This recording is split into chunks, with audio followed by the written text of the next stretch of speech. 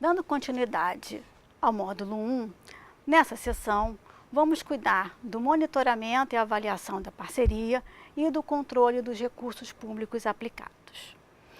Uma vez celebrado o termo de colaboração ou termo de fomento, a administração pública deve realizar o monitoramento e a avaliação da execução dessa parceria para verificar se todas aquelas condições que foram descritas nesse instrumento estão sendo observados exatamente da maneira que foi combinada. O que significa isso? Bem, significa que a administração vai acompanhar o desenvolvimento do projeto ou da atividade para verificar se os objetivos e as metas estão sendo atendidos e se os recursos públicos estão sendo aplicados exatamente da forma em que ficou especificado nesse instrumento que foi celebrado com a entidade. Em regra, são os servidores públicos que fazem esse monitoramento e avaliação da parceria. A partir de visitas técnicas, de consultas, de verificação de documentos, de exames de fotografias, o gestor, que é um servidor público designado especialmente para essa função, vai elaborar um relatório que posteriormente será submetido à comissão de monitoramento e avaliação. Nesse documento, nesse relatório, estão contidos os principais elementos da descrição das atividades e metas da parceria que foram realizadas e todas as aplicações de despesas que foram feitas. Esses documentos devem ser postados ou incluídos no site oficial da Organização da Sociedade Civil. Os recursos que são destinados à organização da sociedade civil são depositados em conta corrente, em instituição financeira indicada pelo poder público e serão movimentados esses recursos pela organização da sociedade civil. Esses recursos devem ser utilizados para realizar o objeto na forma em que foi descrito nesses instrumentos, no termo de colaboração ou no termo de fomento. Isso visando o atendimento do plano de trabalho. Não é qualquer despesa que pode ser realizado para execução do plano de trabalho. Ou seja, esses recursos não podem ser utilizados para qualquer finalidade. Então, deve ser conferido com muita atenção o instrumento em que foi firmado pela organização da sociedade civil para verificar quais são as despesas autorizadas e quais são as vedações para aplicação desses recursos.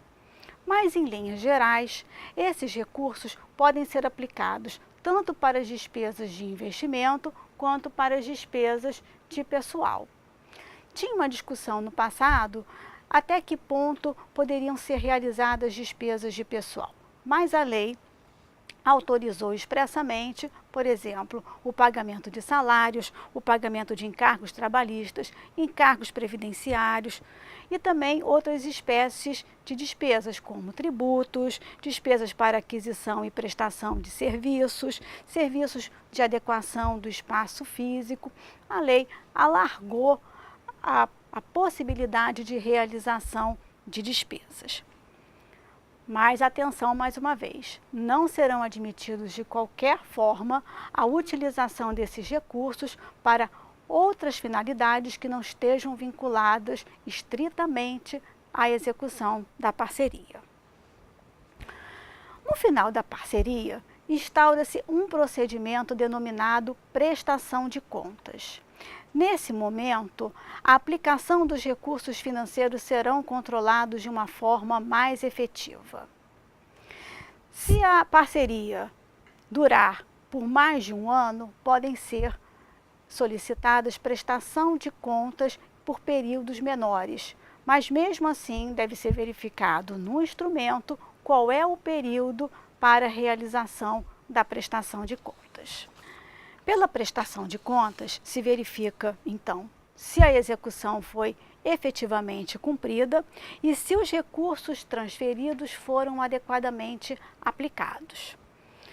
Conforme definido no termo de colaboração ou no termo de fomento e no prazo especificado, a organização vai apresentar documentos consistentes em 2 relatórios. O primeiro relatório é o de execução do objeto, demonstrando que as atividades e os projetos foram desenvolvidos e as metas foram alcançadas. O segundo relatório cuida da execução financeira e demonstram que as despesas foram realizadas de acordo com as receitas auferidas e que há plena vinculação com a execução do objeto. A administração tem um prazo de até 150 dias para avaliar a prestação de contas. Mas atenção, mesmo que a administração pública ultrapasse esse prazo, isso não desonera a organização da sociedade civil de prestar esclarecimentos e, de uma outra forma, também não afasta a possibilidade de aplicação de sanção ou punição pela administração pública. Bem, uma vez apresentada a prestação de contas, podem ser atingidos 3 resultados. O primeiro deles, que é o preferível, as contas são aprovadas, ou seja, há a demonstração de que todas as receitas obtidas, todas as despesas foram realizadas de acordo com as receitas obtidas. A segunda possibilidade é a aprovação das contas com ressalvas. Nesse caso, são verificadas algumas impropriedades, algumas irregularidades que ainda podem ser sanadas. Mas o caso mais grave é quando as contas são rejeitadas. Aqui evidencia uma falha gravíssima da organização da sociedade civil e as consequências são bem gravosas também. Quando é que as contas são rejeitadas? Bem, o primeiro caso é quando a prestação de contas não é apresentada e, nesse caso, resta configurada uma omissão na prestação, uma omissão do dever de prestação de contas.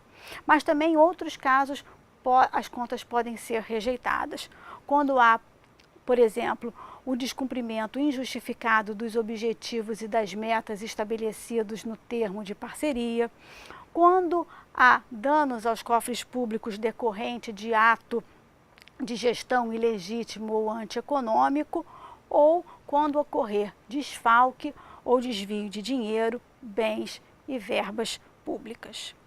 As consequências da rejeição de contas são gravíssimas e serão abordadas na próxima sessão.